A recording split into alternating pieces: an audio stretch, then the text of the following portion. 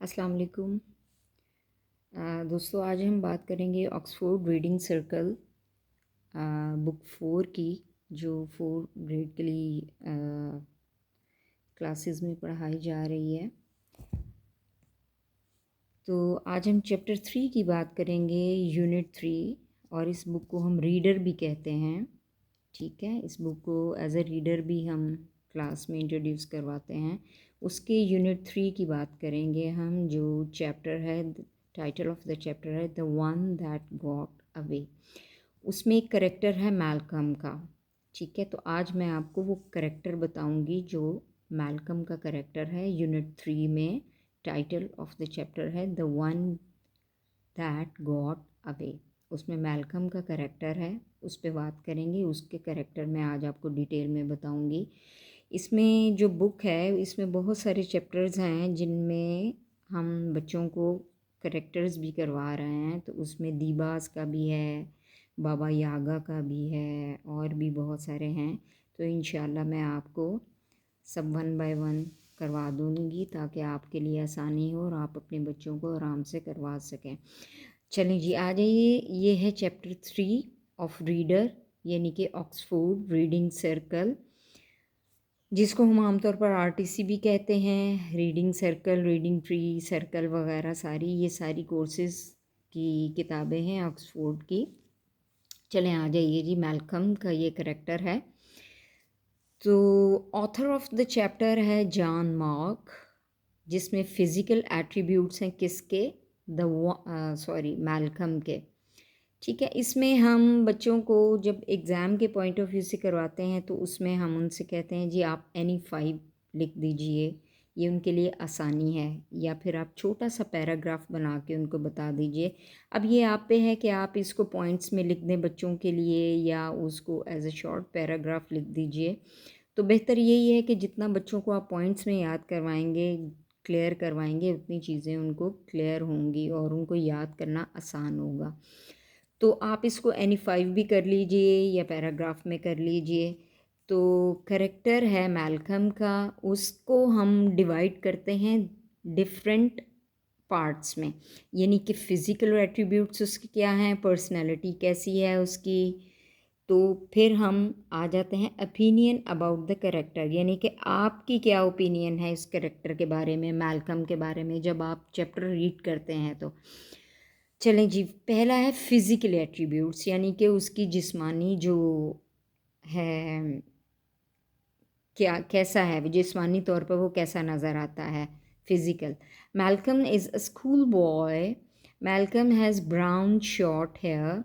He is smart, skinny boy. He always appeared to be neat and clean boy. He has short eyes.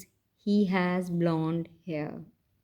इसको आप points में भी कर सकते हैं और इसको एज अ पैराग्राफ भी आप दे सकते हैं।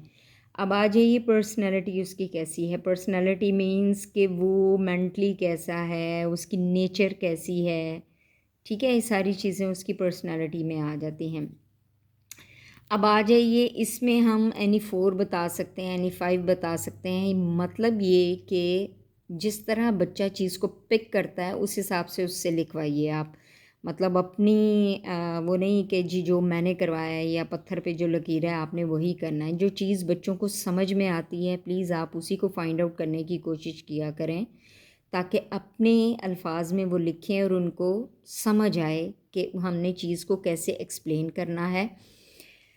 चलें, आ जाइए पर्सनैलिटी एट्रीब्यूट्स पर। एनी 4 विद रीजंस, यानी कि अगर वो ये है तो वो क्यों है, उसकी रीज़न भी बताएं। मैल्कम इज़ कंफ्यूज बिकॉज, ये बिकॉज मतलब ये उसकी आगे रीज़न है।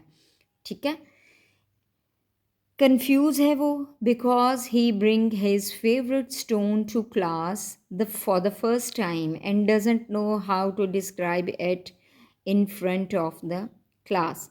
ही इज़ क्लेवर, क्यों क्लेवर है?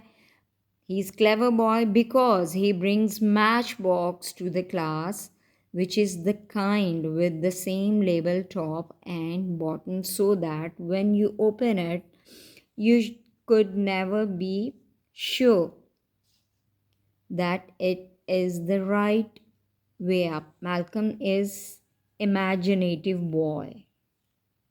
क्यों क्यों इमेजिनेटिव है वो? Because he just creates fantasy in the class because there is nothing except imagination to make things interesting in his opinion. He is determined boy because he never gives up on anything and finds a way to complete the task assigned to him by his teacher. Opinion about the character आ जाइए, यानी कि आपके ख्याल में आपकी क्या राय है, आपका क्या ख्याल है मैल्कम के बारे में. रिलेट करेक्टर विद यू और people around you. I like the character of Malcolm because he makes everyone have some fun with his matchbox. I think we should all also try to make people happy around us with our small contributions. ये है जी सारा Malcolm का character. इसमें हमने यानी 4 बोले, वो थे कंफ्यूज, क्लेवर, इमेजिनेटिव और डिटरमाइंड. आपके ज़हन में जो भी आता है आप उसको लिख सकते हैं. और अगर ये अच्छा लगा है तो थम्स अप करें. Thank you. अपना ख्याल रखिएगा. इंशाल्लाह मैं आपको फ़र्दर भी ये करवाऊँगी. Thank you. अस्सलाम वालेकुम.